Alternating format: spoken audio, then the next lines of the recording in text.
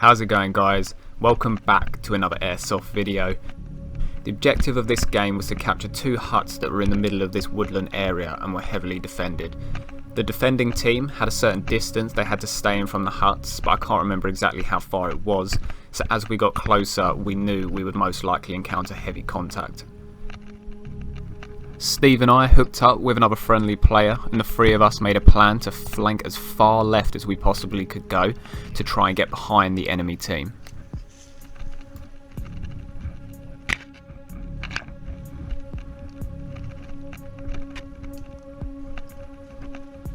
We came across this guard post, which would have been a perfect position for us, but because the enemy team wouldn't be advancing out of their defensive zone, it wasn't going to work this time.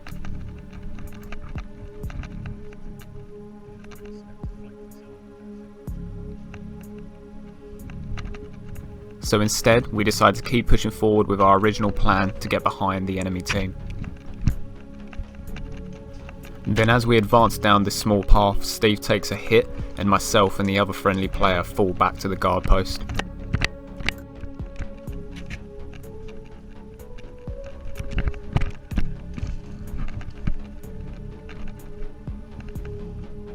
Me and the friendly player, who we called Hello Kitty because he had a pink gun, looked around to see if we could see who shot Steve, but because the forest was so dense we couldn't see anyone, and ultimately we made the decision to scrap the plan as we knew someone was definitely watching that area.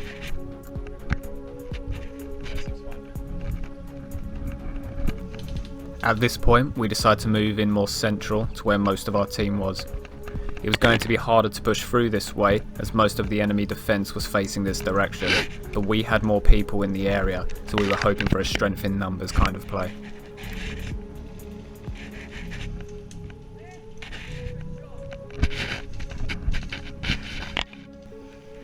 After considering a few different routes, I didn't see any way for us to move forward in this area. Because of the dense woodland and heavy enemy defence, I decided to pull back to the village where Steve had now respawned and come up with a new plan.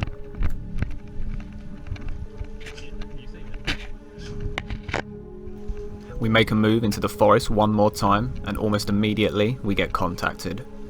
We both take cover behind separate trees and try to identify where we are being shot from.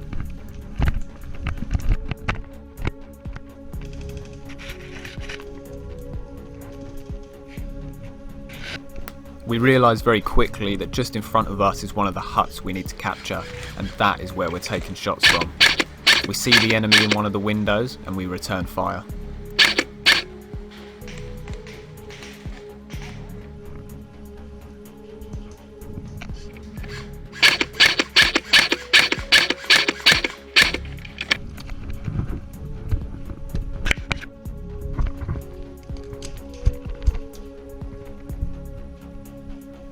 Eventually, more enemies see our position and start taking shots, which pins me down behind this tree. You see the little, where we respawned last time, the little hut? There's someone looking out a window at that. He knows I'm here.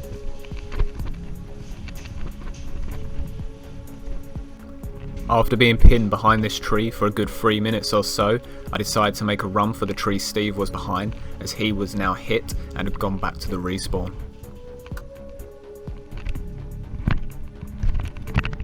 But shortly after I get there, I get hit myself.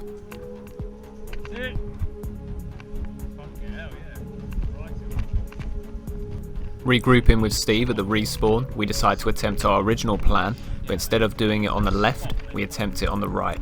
We knew this area was a lot more open, so we would have a better chance of seeing the enemy. As we make our way into the woodland, we notice how quiet the area is. It's very open with good defensive positions, but there didn't appear to be anyone watching it. But then we see one person in the distance, in the trees. Yeah.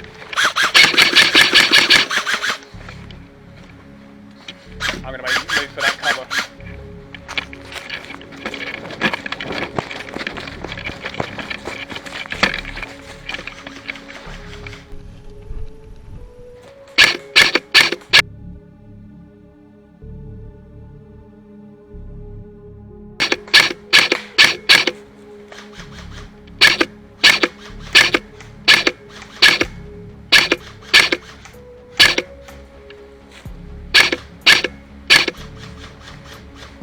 Fuck it, mate. Surely some of them hit. After taking many shots at that enemy, whether it was me or someone else, he was hit and he left the area.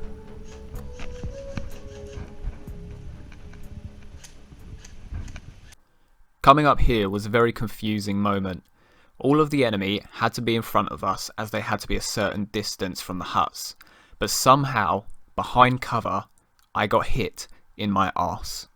It turns out that it was a ricochet from a friendly player behind me. Yeah.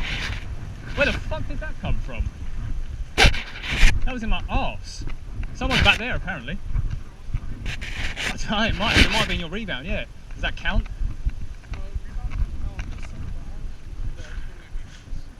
Okay, yeah, it might be. Oh, fuck it, I'll say. Yeah, it might have been yours. How the hell did it? No, it's fine.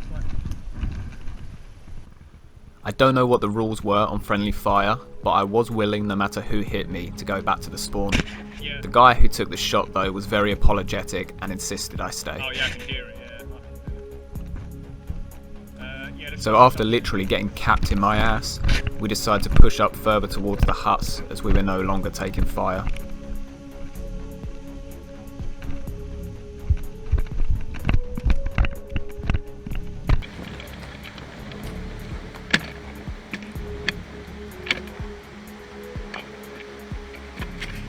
It was here that my gun cam sadly died.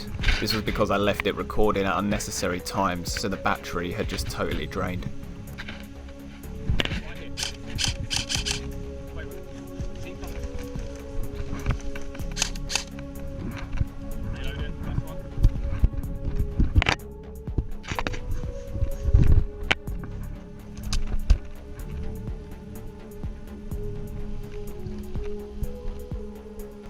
We encountered a little bit more enemy resistance and also a moment where my whole squad wasn't sure whether a player that was near us was enemy or friendly. Dude, hiding in the tree. Are you yellow? No, it's me. Are you To your left. yellow? Yellow? Sweet. He ended up being identified as a friendly by a player that was walking back to the spawn.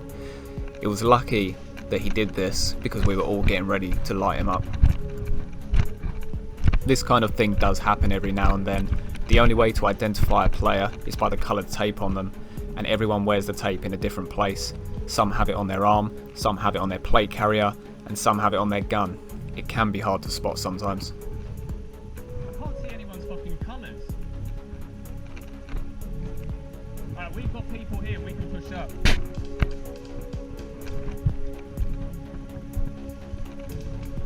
There's quite a few of us on this side.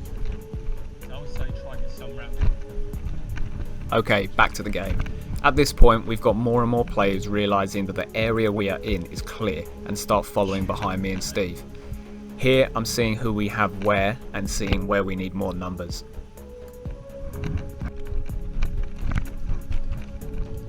Yeah, cool, move up with us.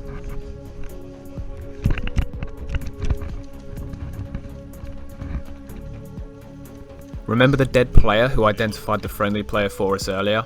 Well, I ended up talking to him, and it turns out that when he died, he managed to get behind the enemy using a ditch area that they couldn't see. The problem was he needed more people to do it with, as he needed cover and fire to move from cover to cover. So me and him went down as a two-man team to the ditch and started moving our way along it to get behind the enemy position.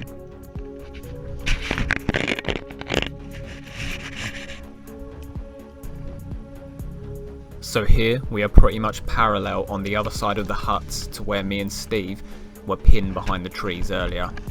We are now just 15 meters or so from the huts, and the enemy has no idea we are here.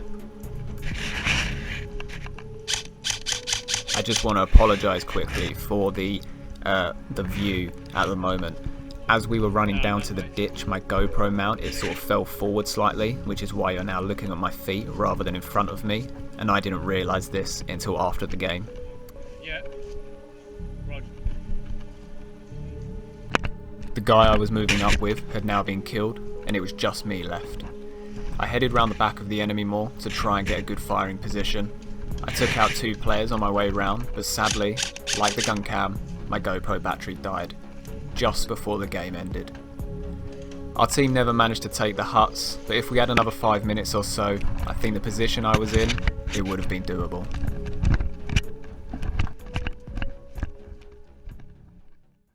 Guys, if you stuck around right to the end, then thank you very, very much. I truly appreciate that.